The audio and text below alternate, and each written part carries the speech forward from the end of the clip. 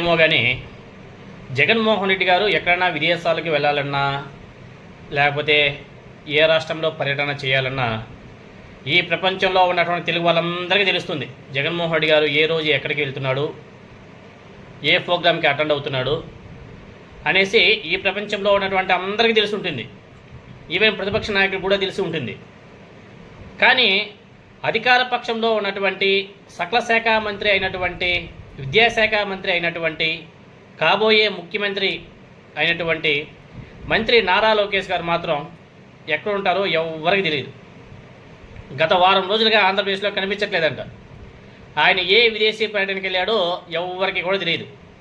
At least కూటమి ప్రభుత్వంలో ఉన్నటువంటి అధికారులకన్నా సరే తెలుసో తెలియదో తెలియదు, కానీ ఈ రాష్ట్రంలో ఉన్నటువంటి ప్రజలకు మాత్రం నారా లోకేష్ గారు ఎక్కడున్నాడు, ఏ దేశానికి వెళ్ళాడు, ఏ పర్యటనకి వెళ్ళాడు, సీక్రెట్ పర్యటన లేకపోతే పర్సనల్ పర్యటన లేకపోతే ప్రభుత్వానికి సంబంధించినటువంటి పర్యటన ఎవరికి తెలియదు. ఎందుకు మరి అంత సీక్రెట్గా ఎందుకు మెయింటైన్ చేస్తున్నారో అర్థం కాదు. ఈ కూటమి అధికారంలోకి వచ్చినప్పటి నుంచి నారా లోకేష్ గారు అనేక సందర్భాల్లో సీక్రెట్ పర్యటనలు చేశాడు. అది ఎవరికి తెలియదు అసలు. జగన్మోహన్ రెడ్డి గారు మాత్రం ఇంట్లో నుంచి గడప దాటితే చాలు ఆయన ఎక్కడికి వెళ్తున్నాడో ఈవెన్ చంద్రబాబు నాయుడు గారికి కూడా తెలిసిపోతుంది. చంద్రబాబు నాయుడు గారికి ఏంటి కర్మ, ఆ పార్టీలో ఉన్నటువంటి కింద ఉన్నటువంటి కార్యకర్త వరకు జగన్మోహన్ రెడ్డి గారు ఏ రాష్ట్రానికి వెళ్తున్నాడో, ఏ దేశానికి వెళ్తున్నాడో, ఏ ప్రాంతానికి వెళ్తున్నాడో స్పాట్లో తెలిసిపోతుంది. నిన్న కూడా జగన్మోహన్ రెడ్డి గారు ఎక్కడో యూరప్ పర్యటనకి వెళ్తున్నాడు ఫ్యామిలీతో కలిసి. అది యాడ్ చూసిన సోషల్ మీడియాలో బీభత్సంగా వైరల్ అవుతుంది. ఏ సోషల్ మీడియాకి వెళ్ళినా అవే జగన్ యూరప్ పర్యటన, జగన్ యూరప్ పర్యటన, జగన్ బ్లూ టీ షర్ట్ వేసినాడు, బ్లూ షర్ట్ వేసినాడు, బెంగళూరు ఎయిర్పోర్ట్లో పోతున్నాడు, బెంగళూరు ఎయిర్పోర్ట్లో నడుస్తున్నాడు. ఇవే సోషల్ మీడియాలో బీభత్సంగా నడుస్తున్నాయి. కానీ నారా లోకేష్ గారి పర్యటన మాత్రం ఎక్కడికి వెళ్తున్నాడో, ఏం చేస్తున్నాడో, ఎవరి కోసం వెళ్తున్నాడో, దేనికోసం వెళ్తున్నాడో, అసలు రాష్ట్రంలో ఉన్నాడా, ఆంధ్రప్రదేశ్లో ఉన్నాడా, తెలంగాణ రాష్ట్రంలో ఉన్నాడా, లేదా విదేశాల్లో ఉన్నాడా, అసలు అంత సీక్రెట్ ఎందుకు? ఒక ప్రభుత్వంలో ఉన్నటువంటి ఒక మినిస్టర్కి అంత సీక్రెట్స్ ఏముంటాయి? వీళ్ళ అధికారంలోకి వచ్చింది ప్రజలకు సేవ చేయడం కోసమా, లేకపోతే వీళ్ళ సొంత పర్యటన కోసమా అర్థం కాదు. తర్వాత మన అచ్చెన్నాయుడు గారు, హోంమంత్రి అనితా మేడం గారు, ఇంకా చాలామంది మంత్రులు సింగపూర్ పర్యటనకి వెళ్ళారు. ఆయన రాధాకృష్ణ అనేమో లబో మంజు వేసి ఏడుస్తున్నాడు. ఆర్థిక పరిస్థితి ఏమో చావు బతుకుల్లో ఉంది, అప్పు తీసుకువస్తే కానీ రాష్ట్రం గడవని పరిస్థితి. రాష్ట్ర ఆర్థిక పరిస్థితి అలా ఉంటే వీళ్ళ మంత్రివర్గం మాత్రం విదేశీ పర్యటనలో విచ్చలవిడిగా డబ్బులు ఖర్చు పెడుతున్నారు. రాష్ట్ర ఆర్థిక పరిస్థితి ఏమో పెద్ద గుడుసున్న మైనస్లోకి వెళ్తుంది. అప్పులు వస్తే కానీ రాష్ట్రాన్ని నడిపించలేని దుస్థితి. అప్పులు వస్తే కానీ రాష్ట్ర ప్రభుత్వ ఉద్యోగాలకి శాలరీలు ఇవ్వలేని పరిస్థితి. అప్పు ఇస్తే కానీ రిటైర్డ్ ఉద్యోగులకి పెన్షన్ ఇవ్వలేని పరిస్థితి.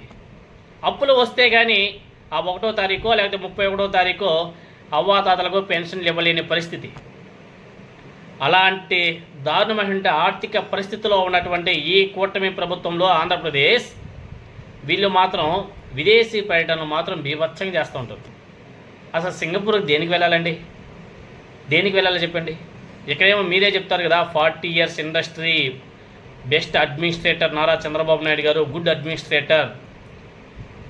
ఆయన సలహాలు, ఆయన సూచనలే రాష్ట్రాన్ని ఎక్కడికో తీసుకెళ్ళిపోతాయని చెప్పేసి డబ్బులు కొడుతుంటారు కదా. ఈవెన్ పవన్ కళ్యాణ్ గారు కూడా అదే చెప్తూ ఉంటాడు. మరి ఆయన గొప్ప అడ్మినిస్ట్రేటర్ అయినప్పుడు ఆయన దగ్గర నుంచి నేర్చుకోవాలి తప్ప విదేశాలకు వెళ్ళి అక్కడ ఏం నేర్చుకుంటారు? ఇంకా విచిత్రం ఏమిటంటే సింగపూర్లో 1% మాత్రమే వ్యవసాయం చేస్తారు, ఓన్లీ 1%. ఆంధ్రప్రదేశ్లో మెజారిటీ వ్యవసాయం మీద ఆధారపడి ఉంటారు ప్రజలు. అక్కడ మాత్రం వ్యవసాయం మీద అంత మ్యాటర్ ఉండదు, ఒకే 1% ఉంటుంది. కానీ అక్కడికి ఆంధ్రప్రదేశ్ వ్యవసాయ శాఖ మంత్రి సింగపూర్కి వెళ్ళాడు. వ్యవసాయమే లేని దేశంలో వ్యవసాయ శాఖ మంత్రి అక్కడికి వెళ్ళి ఏం నేర్చుకుంటారు? వాళ్ళు ఏం నేర్పిస్తారు? అర్థం కాలే. మీకు ఎవరికైనా అర్థమైంటే మీరు కామెంట్ చేయండి. ఇలా రాష్ట్ర పరిస్థితి అలా ఉంది. గత 2 రోజుల నుంచి ఆంధ్రప్రదేశ్లో పెట్రోల్ బంకుల్లో నో స్టాక్ బోర్డులు అప్పుడే డిస్ప్లే అయిపోయాయి. మరి మన విజనరీ చంద్రబాబు నాయుడు గారు ఎందుకు మరి ఆ దిశగా ఆలోచన చేయట్లేదు? ఎందుకు నో బోర్డ్స్ వచ్చాయి? నో స్టాక్ బోర్డులు ఎందుకు పెట్టారు పెట్రోల్ పంపుల్లో? ఎందుకు పెట్టారు? పరిపాలన మీద దృష్టి లేదు. ఏ వైసీపీ నాయకుడు ఎక్కడికి వెళ్తున్నాడు, ఏ జగన్మోహన్ రెడ్డి గారు ఎక్కడికి వెళ్తున్నాడు, పలానా వైసీపీ నాయకుడి మీద అక్రమ కేసు పెట్టాలా, ఈ పలానా వైసీపీ నాయకుడి మీద ఈ అక్రమ కేసులు పెట్టాలా, ఈ ఆలోచనలే తప్ప రాష్ట్ర ప్రజలు వాళ్ళ గురించి ఆలోచన చేసే ఇదే లేకుండా పోయింది.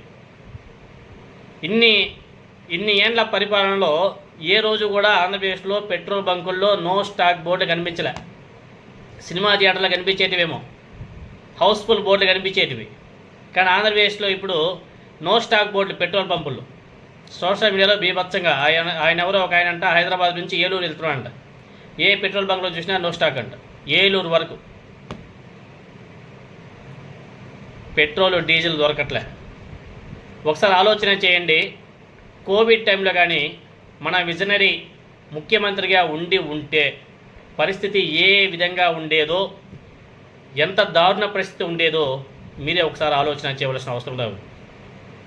ఏ రాష్ట్రంలో లేదండి నో స్టాక్ బోర్డులు, ఏ రాష్ట్రంలో లేదు, ఎక్కడికైనా కనిపించలే. కానీ ఆంధ్రప్రదేశ్లో మాత్రం పెట్రోల్ బంకుల్లో నో స్టాక్ బోర్డ్స్ అప్పుడే డిస్ప్లే అయిపోయాయి. దానికి సంబంధించి కూడా ఏదో నారా చంద్రబాబు నాయుడు గారు అప్పుడే ఆగ్రహం వ్యక్తం చేసినట్టుగా కనిపిస్తుంది. ఆయన ఆగ్రహమే తప్ప పరిపాలన మీద ఆయనకు దృష్టి ఉండదు. ఏ రాష్ట్రంలో ఎక్కడ రాజకీయాలు ఉన్నాయి, ఏంది పరిస్థితి, ఆయన మోదీ గారు ఈ చంద్రబాబు నాయుడు గారు ఇద్దరు కూడా ఒకటే. ఒకవైపు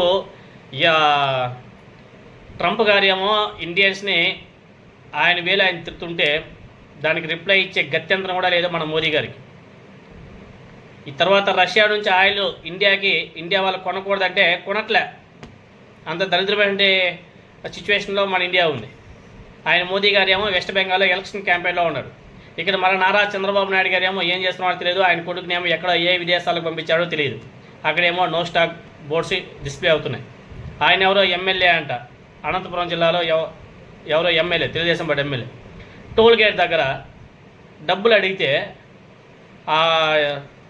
అక్కడ ఉన్నటువంటి సిబ్బంది మహిళ జిట్టుబట్టు లాక్కు వచ్చి ఉతికేసారు పాపం. అదేవిధంగా అక్కడ ఎవరో మేనేజర్ అంట కర్రలతో ఉతికేసారు ఆయన.